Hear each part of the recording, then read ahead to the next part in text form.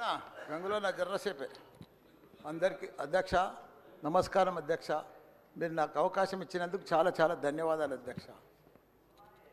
నాకు ఏం చేయాలనో ఎట్లా చెప్పాలనో ఏం చేయాలనో అర్థమైంది లేదు అధ్యక్ష. నేను పాలమ్మిన అధ్యక్ష, పువ్వులు అమ్మిన అధ్యక్ష, పెద్ద పెద్ద విద్యా సంస్థలు తెరిచిన అధ్యక్ష. ప్రపంచంలోనే భారతదేశంలోనే పెద్ద విద్యా సంస్థలు తెలంగాణ ఎవరికైనా ఉన్నాయంటే అవి మల్లారెడ్డికి ఉన్నాయి అధ్యక్ష. కానీ ఇప్పుడు అంతా అయోమయం ఆగం ఉంది అధ్యక్ష.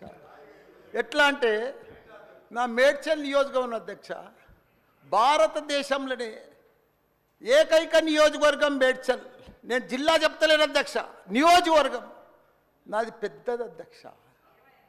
7 మున్సిపాలిటీలు, 3 కార్పొరేషన్లు, 61 గ్రామాలున్న ఏకైక మేడ్చల్ నియోజకవర్గం మల్లారెడ్డి అధ్యక్ష. మల్లారెడ్డి దాన్ని అతులం కుతులం చేస్తున్నారు అధ్యక్ష. దాన్ని జిహెచ్ఎంసీ అని ఇప్పుడు నా తన 7 మున్సిపాలిటీలు ఉన్నాయి, 3 కార్పొరేషన్లు ఉన్నాయి, 61 గ్రామాలు ఉన్నాయి. అందులో 28 గ్రామాలు తీసి మున్సిపాలిటీలలో కలిపేసారు పక్కకునే గ్రామం. ఆ మున్సిపాలిటీలన్నీ ఇప్పుడు వాళ్ళ పీరియడ్ అయిపోగానే జనవరి 27కు అవి జిహెచ్ఎంసీలో చేస్తారట. నా టైంలో ఒక్కటే పీరియడ్ అయింది వాళ్ళు గెలిచి. నా దగ్గర ఒక్క మేడ్చల్ నియోజకవర్గంలోనే కార్పొరేటర్లు, కౌన్సిలర్లు, మేయర్లు, జిల్లా పరిషత్ చైర్మన్లు, సర్పంచ్లు, ఎంపీటీసీలు, వార్డు మెంబర్లు వీళ్ళందరూ కలిసి ఒక్క మేడ్చల్ల 444 మంది నా తన లీడర్లు ఎదిగిరు అధ్యక్ష.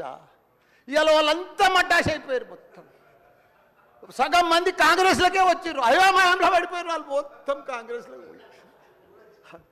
ఎందుకంటే మళ్ళీ ఎలక్షన్స్ వస్తాయి, మళ్ళీ మున్సిపల్ ఎలక్షన్స్ వస్తాయి, మళ్ళీ సర్పంచ్ ఎలక్షన్ వస్తాయి అంటే ఏ మున్సిపల్ లేదు, కౌన్సిలర్ లేరు, అన్ని జీవోలు కూడా వచ్చేసినాయి అధ్యక్ష. ఆల్రెడీ మున్సిపాలలో గ్రామాలు కలిసిపోయినట్టు, మళ్ళా గ్రామాలని మున్సిపాలిటీ కూడా అన్ని జిహెచ్ఎంసీలో కలిసినట్టు. ఒకటి అధ్యక్ష, కలుపుని తప్పు లేదు. 9 మున్సిపాలిటీలు అప్పుడు సరౌండింగ్ షేర్లింగంపల్లి కానీ కొద్బుల్లాపూర్ కానీ ఇవన్నీ కలిపినప్పుడు ఏమీ లేదు. ఇప్పుడు మా తానే కూడా మున్సిపాలిటీలలో ఇప్పుడిప్పుడే ఈ 5 ఏళ్ళనే డెవలప్ చేసినాం మేము. కానీ ఇప్పుడు ఇప్పటికీ ఇంకా గ్రామీణ వాతావరణమే ఉంది, ఇంకా పొలాలే ఉన్నాయి, ఇంకా సరిగా బాత్రూమ్లు కూడా సరిగా లేవు ప్రజలకు, ఇంకా పెంకిటిల్లే ఉన్నాయి. అవన్నీ కూడా జిహెచ్ఎంసీలో కలిపితే పరిస్థితి ఇప్పుడు బంజారాల్లో జూబ్లీహిల్స్లో అదే ట్యాక్స్ ఉంటుంది, మా గ్రామాలలో అదే ట్యాక్స్ ఉంటుంది అధ్యక్ష. ఈ పైసలన్నీ కూడా తీసుకుపోయి ఏదైనా పెద్ద పెద్ద ఫ్లైఓవర్లు వేయాలన్నా ఏది వేయాలన్నా మళ్ళీ జూబ్లీహిల్స్ బంజారాలని ఖర్చు పెడతారు అధ్యక్ష. జర మా పుణ్యాన మా మున్సిపాలిటీలో అట్లనే ఉండని, ఇంకో పీరియడ్ ఉండని, ఇంకో 2 ఉండని. శ్రీధర్ బాబు గారు మా సీఎం కూడా చెప్పండి మీరు దయచేసి ఈ సభ ద్వారా మా మున్సిపాలిటీలో ఇంకో పీరియడ్ ఉంటే మంచిగా అవుతుంది. ఎందుకంటే గ్రామీణ ప్రాంతాలు ఉన్నాయి, ఇంకా వ్యవసాయాలు ఉన్నాయి, ఇంకా పెంకటిళ్ళు ఉన్నాయి. మనం అన్ని ఇప్పుడు నా అన్నీ కూడా జిహెచ్ఎంసీలో కలిసినట్టు.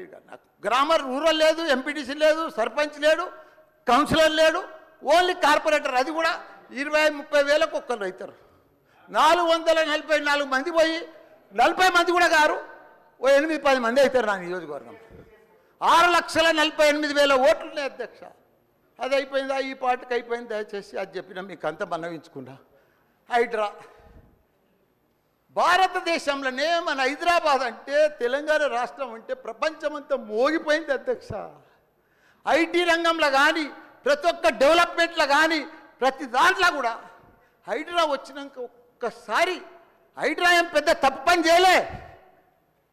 కానీ హైడ్రా వచ్చినాక ఒక భయాందోళనతో మొత్తం కుప్పగొలిపోయింది అధ్యక్ష. హైదరాబాద్ సిటీ దిష్టి తగిలిపోయింది అధ్యక్ష.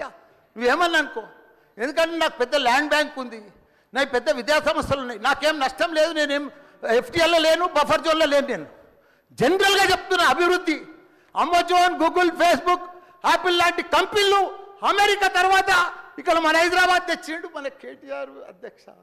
హెడ్ క్వార్టర్స్ ఈయనే ఉండే అధ్యక్ష.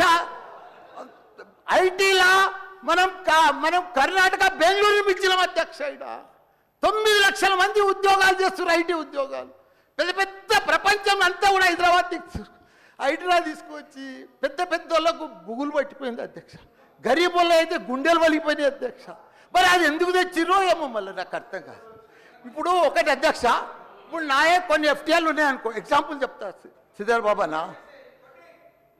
మన ఇంట్లో మన సెల్ ఫోన్లో చూస్తే మన భూమి అన్న జర్సెప్టి ద ఫ్లో అయిపోతుంది అన్న, మీకు దండం పెడతా, మీరంతా చాలా మేధావులు. మన ఇంట్లో కూర్చొని కూడా మన పొలం హైడ్రాల్ ఉందా, చెరువు ఎఫ్టీఎల్ ఉందా, బఫర్ జోన్లు ఉందా చూసుకోవచ్చు. అంత టెక్నాలజీ వచ్చింది. గూగుల్లోకి పోతే చూసుకోవచ్చు. చూసి ఎవరెవరికి ఉందో ముందే నోటీసులు ఇచ్చి ఓపికతో అర్జెంట్ ఏముంది, తెల్లారి శుక్రవారం పొద్దుగల్లే పోయి శనివారం పొద్దుగల్లే పోయి కూలగొట్టాలని ఏముంది అధ్యక్ష. నిదానంగా వాళ్ళు కూడా మన తెలంగాణ ప్రజలే, వాళ్ళంతా కూడా మీరు ఓటేస్తేనే మనం మంత్రిలో కూర్చున్నాం. మనం అంత ఆదల బాధ ఆధార్ చేసేది, టెన్షన్ చేసేది ఏం అవసరం. మంచిగా నోటీస్ ఇచ్చి బాబు చేంజ్ చేసుకో, మార్చుకో, చూసుకో, నీకు ఇది ఇస్తాం, గరీబోడు ఉంటే ఇది ఇస్తాం, ఈ బెడ్రూమ్లకు అని నిమ్మడంగా చేస్తే అయిపోయాయి కదా.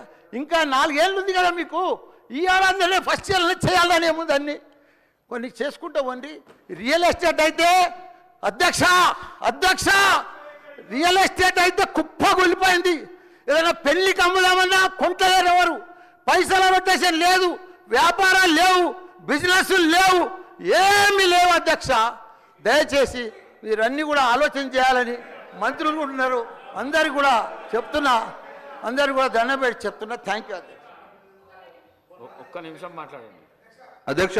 ఒకటే నిమిషం సార్ తమరి ద్వారా నేను ఒకటే రిక్వెస్ట్ అధ్యక్ష, ఏ ప్రభుత్వాలైన అధ్యక్ష ప్రజల మనోభావాలకు అనుగుణంగా ప్రజలకు న్యాయం జరిగే విధంగా ప్రభుత్వాలు చేయాలి.